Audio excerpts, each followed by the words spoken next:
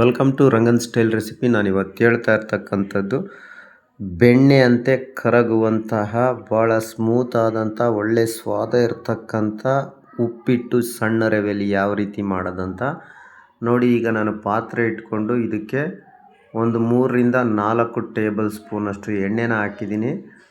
ಅದಾದ ನಂತರ ಸ್ವಲ್ಪ ಸಾಸಿವೆನ ಆ್ಯಡ್ ಮಾಡ್ಕೊಳ್ಳೋಣ.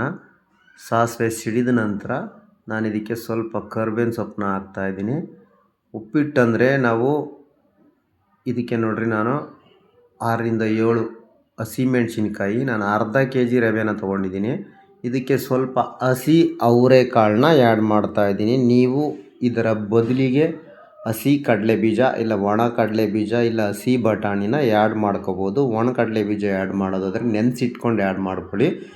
3ರಿಂದ 4 ಈರುಳ್ಳಿ, ಗೆಡ್ಡೆಕೋಸು, ಬೀನ್ಸು, ಕ್ಯಾರೆಟು ನಾನು ಇದಕ್ಕೆ ಆ್ಯಡ್ ಮಾಡಿದ್ದೀನಿ ನೋಡಿ, ತರಕಾರಿನ ಎಲ್ಲ. ಈಗ ಇದಕ್ಕೆ 2 ಚಿಕ್ಕದು ಟೊಮೊಟೊನ ಆ್ಯಡ್ ಮಾಡ್ತಾಯಿದ್ದೀನಿ.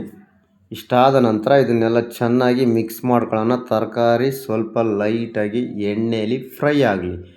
ಫ್ರೈ ಆದ ನಂತರ ನಾನು ಇದಕ್ಕೆ 1 ಲೀಟ್ರಷ್ಟು ನೀರನ್ನ ಆ್ಯಡ್ ಮಾಡ್ಕೋತಾ ಇದ್ದೀನಿ ನೋಡಿ. ನಾನು ಉಪ್ಪಿಟ್ಟು ಮಾಡೋ ರೀತಿ ನಿಮಗೆ ಒಂದೇ ಒಂದು ಮೆಥಡ್ ಹೇಳ್ಕೊಡ್ತೀನಿ, ಕೇಳ್ಕೊಳ್ಳಿ.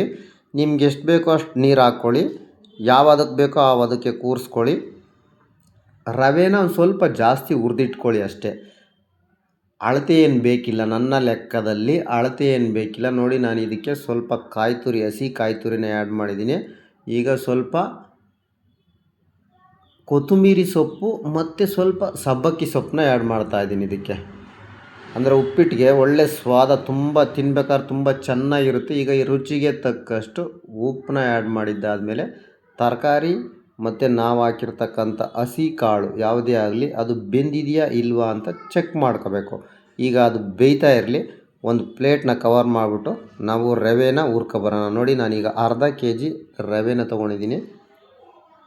ಮೀಡಿಯಮ್ ಫ್ಲೇಮಲ್ಲಿ ಇದನ್ನು ಸ್ವಲ್ಪ ಹುರ್ಕೊಂಡು ಬಂದುಬಿಡೋಣ ನೋಡಿ. ಈಗ ಎಲ್ಲ ಬೆಂದಿದೆಯಾ ಇಲ್ವಾ ಅಂತ ಚೆಕ್ ಮಾಡಿಕೊಂಡು, ಸಾಲ್ಟ್ ಆಗಿದೆಯಾ, ಖಾರ ಆಗಿದೆಯಾ ಅಂತ ಎಲ್ಲ ಚೆಕ್ ಮಾಡ್ಕೊಂಡಾದಮೇಲೆ ನಾವು ರವೆನ ಇದರೊಳಗಡೆ ಮಿಕ್ಸ್ ಮಾಡ್ಕೊಳ್ಳೋಣ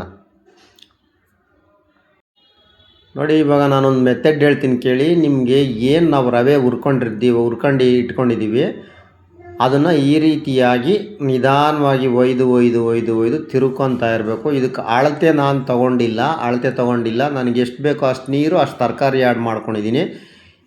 ಅದಕ್ಕೆ ಬರ್ತಿದ್ದಂಗೆ ನಾವು ರವೆ ಒಯ್ಯೋದನ್ನು ಸ್ಟಾಪ್ ಮಾಡಬೇಕು ನೋಡಿ.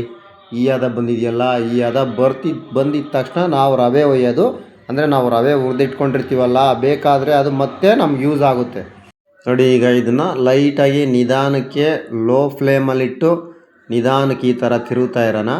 ನಾವು ತಿರುಗ್ತಾ ಉಪ್ಪಿಟ್ಟು ನಮ್ಮ ಅದಕ್ಕೆ ಕರೆಕ್ಟಾಗಿ ಕೂರುತ್ತೆ. ನಾವೇನಾದರೂ ರವೆ ನೀರು ಮುಳುಗೋವರೆಗೂ ನಾವು ರವೆ ಒಯ್ತಲೇ ಇದ್ದರೆ ತುಂಬ ಗಟ್ಟಿಯಾಗಿಬಿಡುತ್ತೆ ಉಪ್ಪಿಟ್ಟು, ತಿನ್ನೋಕ್ಕೆ ಚೆನ್ನಾಗಿರಲ್ಲ. ಉಪ್ಪಿಟ್ಟಂದರೆ ಬೆಣ್ಣೆ ಥರ ಸ್ಮೂತಾಗಿರಬೇಕು ನೋಡಿ. ಈಗ ನೀರೆಲ್ಲ ಕರಗಿದೆ. ಈಗ ಒಂದು 2ರಿಂದ 3 ನಿಮಿಷ ನಾವು ಪ್ಲೇಟ್ ಮುಚ್ಚಿಬಿಟ್ರೆ ನಮಗೆ ಉಪ್ಪಿಟ್ಟು ಸರ್ವ್ ಮಾಡೋಕ್ಕೆ ತುಂಬ ಚೆನ್ನಾಗಿರುತ್ತೆ. ಲೈಕ್ ಮಾಡಿ, ಕಮೆಂಟ್ ಮಾಡಿ, ಯಾವ ರೀತಿ ಇದೆ ಅಂತ ಹೇಳ್ಬಿಟ್ಟು ತಿಳಿಸಿ. ಮರಿದೇ ಸಬ್ಸ್ಕ್ರೈಬ್ ಮಾಡ್ಕೊಳ್ಳಿ. Thank you.